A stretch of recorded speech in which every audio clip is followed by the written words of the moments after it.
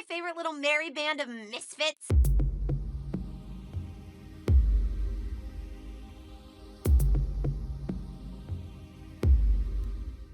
Hello, my name is Mage, and welcome to Black and White Thinking. It's finally here, my fellow bis, gays, and allies. The Harley Quinn Season 4 trailer is here. I can't actually believe it. For some reason, my brain feels like we have just had Season 3. I have had like a crazy year, and my ability to conceptualize time is officially broken. This trailer was super fun. It gave and it's giving. So let's break down some of the things we can discern about Season 4 from it, and I, as always, will give you some personal thoughts as we go. We are entering a whole new harlivy era, and I am ready to face it with an open heart and a brain full of queer theory. So let's do this thing. Housekeeping, please check out my links below and my other videos. Give this one a like if you like it, subscribe to the channel.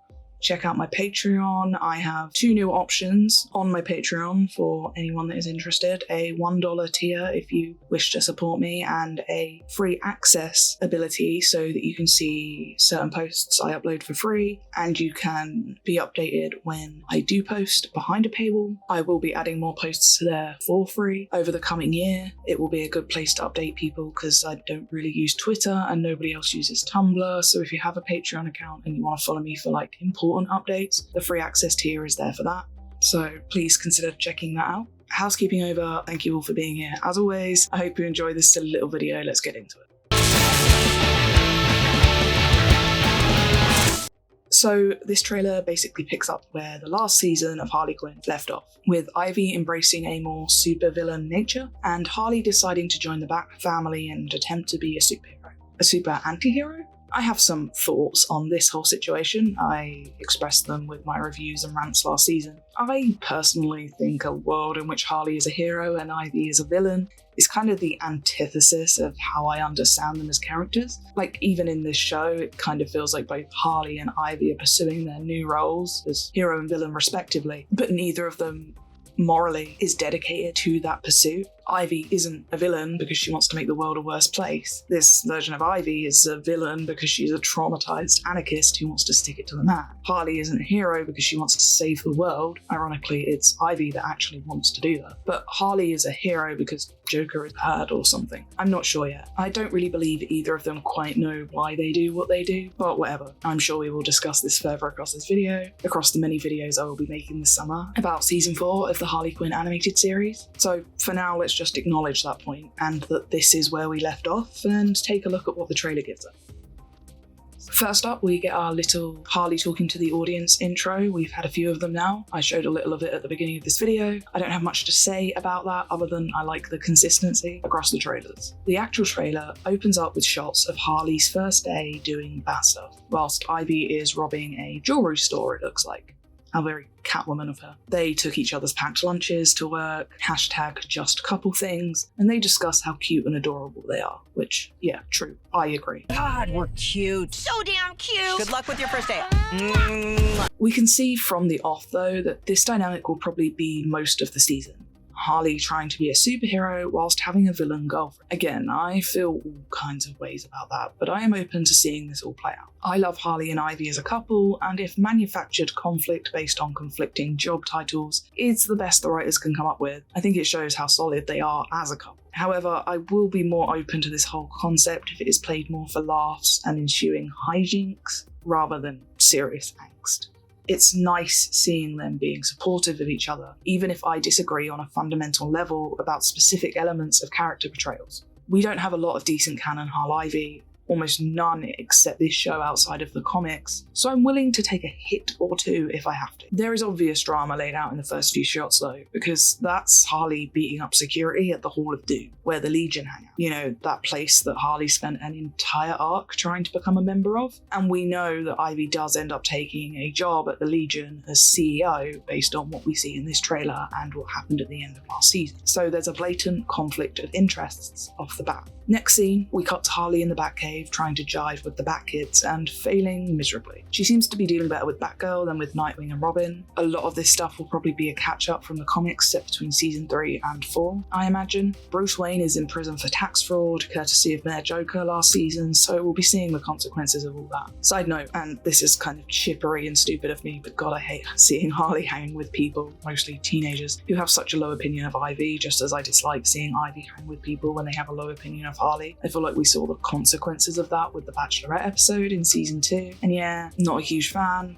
but I think that is just another consequence about Harley I am going to have to make peace with. Then we see Ivy arriving at her first day as CEO of the Legion of Doom and talking to Lex. He calls her CEO, and I hate it, but I think that's the point. She actually has a really cute ass mug in this scene that says, "World's hottest CEO, I love you," which we can assume is a gift from Harley. Ivy's mugs are one of my favourite running gags in this show, and I love this one and the girlfriends of it all. It's great. Also, I've never noticed this before, but Lex is a lot taller than Ivy, and Ivy is tall, right? So Lex must be a fucking giant in this universe. Also, I love to see my man Giancarlo doing things. He's great. Hire him for all of the things. We see the other villains being all judgy and misogynistic to Ivy because she's in charge now, so I guess this is Ivy's girl boss era. Opinions on that will be formed later. I'm not touching it right now, to be honest. Need to see some more of it play out. We also see Ivy hanging with Nora Freeze and Frank, which I'm here for. I love both of their characters, and I'm so glad Nora didn't just have a one-episode appearance, and instead has slowly developed into a side character we get to see more of. She's super fun. Skip to Lex and Ivy talking about his plans for, I guess, universal villainry. He wants to go to the moon in a rocket shaped like a penis. Elon Musk jokes aplenty. The rocket is literally labelled Space Lex, which did make me laugh. I mean, fuck Elon, man. Screw that loser. We see Nora and Ivy having a laugh about and taking photos with the dick rocket, the usual innuendo and revelry that we expect to see from the show. And then we see Harlivy kisses. We get quite a few in this trailer alone, so I'm expecting some decent intimacy and sexy time in the series, and we will riot if we don't receive it. Then we see Harley talking to Shark. He calls her a good guy now, and this is an obvious indicator of Harley's journey, her whole arc around trying to walk the line between being herself, the reckless and lovable Harley Quinn, and a Batman stand-in, and how this will affect her relationship with Ivy and her friendships with the gang. There's more Harley and the Bat-Kids, more Harley not really finding any joy in being a hero outside of beating people up that deserve it, and the Bat-Kids judging her for that. Next is Ivy on a rampage, being pursued by the Justice League, specifically Wundy and Supes, and being interrupted by Harley, who I assume is maybe trying to stop her. No one gets in the way of me owning the game. Or at least stop the situation at large, because Ivy seems to be out with the whole Legion at this point. Here we see the reveal of Harley's dope-ass new Bat costume, and I have some issues with Bat Harley, but damn, she looks good here. I want that costume. I want to cosplay that. I want to go full Ben Wyatt in this moment. Look at this beautiful bisexual Bat get-up. I need this in my life. I need this Funko Pop in my life. A somewhat predictable and obvious Harley and Ivy tiff occurs, because, well, Ivy is at work and doesn't want girlfriend interruptions, even if her girlfriend's work is technically stopping her. There is a cut here, so we don't know the full convo or context, but Wonder Woman seems to back Ivy up in the argument, at least in regards to Harley pissing off, even though she is fighting Ivy, and Wonder Woman gets a face full of vines for it and yeeted into the street. Ivy really said, "Stay out of my relationship or eat thorns," and I love that for her. We get a voiceover of Ivy saying, If we're gonna make our new jobs work, we'd need to establish some boundaries. assumably to or about Harley. Segueing from this, they show us a scene of Harley trying to initiate phone sex while Ivy and her are both at work. Harley is clearly bored in this scene because not only is she trying to initiate phone sex and looking at pictures of her and Ivy on her computer, she also seems to be selling Ivy's underwear on a bidding site if you zoom in, which, wow, yep. There my girl goes again with her boundary issues. We still stand, but yikes. What did Ivy say in the voiceover 5 seconds before this? Oh, I love Harley Quinn so much. We get a cool shot of Bat Harley jumping in front of the moon with a wing cape. It's dope. Also, another voiceover of Harley discussing how hard it is to balance her new job with her old life. And again, I think this will be almost all of the season. I'm not sure Harley will actually stick to the job, to be frank, and I wouldn't be sad to see her stop being a bat, even if I'll miss the costume. I like the idea of Harley and Ivy both being in the middle. I'm not usually a both sides person, but in this Gotham fight between Batman and the Justice League versus the Legion and the Joker, I'm kind of a centrist. They need to not be aligned to anyone. They are perfectly capable of carving their own paths, and that's what being a true girl boss is about or something, right? For real, I hate the phrase girl boss. I hate how empty it is nowadays. I hate women in corporate pretending to be feminists, but I also hate how misogynistic the term has become and how it is purposely used to lessen the achievements of women. Anyway, Harley's voiceover continues. She talks about missing fun, being a maniac, getting naked and crashing cars because she can. And we get quick flashes of the season. Harley and Ivy having sex in an elevator in disguise, the villains at the Legion doing cocaine, Harley flashing her titties, more shots of various members of the Legion, including the worst little man, Psycho, Harley doing bat hero stuff and looking like she is fucking it all up, Bane and Gordon and Joker flashes, then we see Clay and Ivy fighting each other, which is interesting. I feel like this is either going to be a really big deal or literally nothing at all. It's hard to tell with these trailers, and honestly sometimes with this show. I can't quite tell where they are fighting either. It looks like a casino maybe. Some more flashes that I cannot really discern, and I'm not sure how relevant they are. And then we cut to Nightwing lecturing Harley about not being a murderer and how Batman has a no-kill rule that must be followed. Then there is a gag about how Harley didn't know that that rule existed even when there are posters all over the Batcave saying, "Do not kill."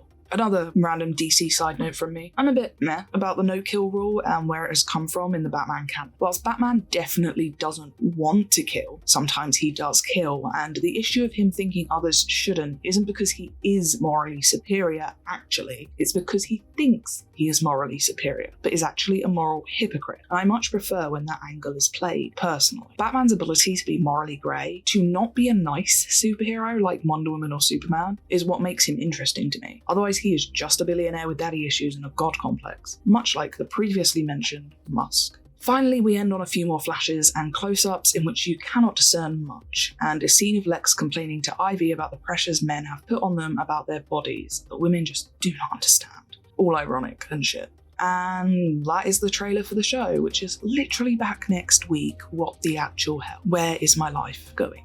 Alright, let's summarize this baby, outro this shit, give some final little bitty thoughts.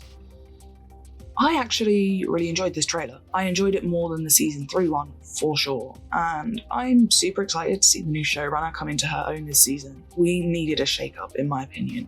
We needed more lady vibes on the writing team, and whilst I do not wish to stick all my eggs in one femme basket, I am looking forward to the season. You all know I was not the biggest fan of last season. I didn't hate it, but season 1 and 2 of this show are two of my favourite seasons of anything ever, and so season 3 being a bit of a letdown was super noticeable in comparison. This 4th season looks promising, even with my doubts about certain character decisions. I am not an internet incel, and I am happy to see ideas other than my own play out, and I will react naturally and honestly to them. So yeah, I am actually generally and genuinely excited for the season. I was talking to my friend Underling on my Discord, who you should all go sub to for more Harley Quinn animated content, by the way. He made a solid point about this trailer in comparison to the season 3 one, and I think it was super on the nose, and hopefully he doesn't mind me sharing it with you because I very much agree with it. Underling basically said that this trailer seemed to avoid a lot of the pitfalls of the season 3 trailer, which basically revealed the entire season 3 plotline and arc before the show had even aired. The season 3 trailer essentially gave everything about season 3 away in 2 minutes, and it made the season feel a bit more predictable than I think most people would have liked. I don't really mind spoilers, but the season 3 trailer was kind of beat for beat.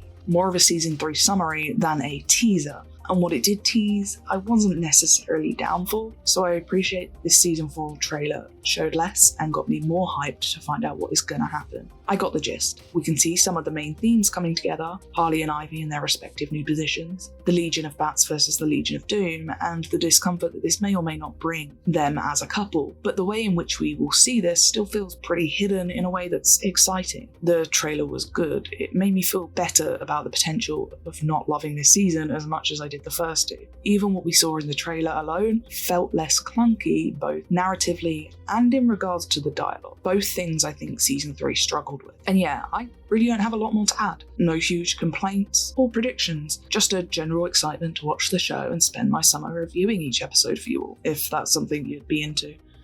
I'm so glad to have my fave Bye for Bye Sapphics return to me. If I have counted properly, the finale will probably fall around at the same time as my own Bye for Bye Sapphic wedding, and that seems fitting. Anyway, most importantly, and to all my frequently in the comments harlivy heathens, what are you going to look forward to most this season?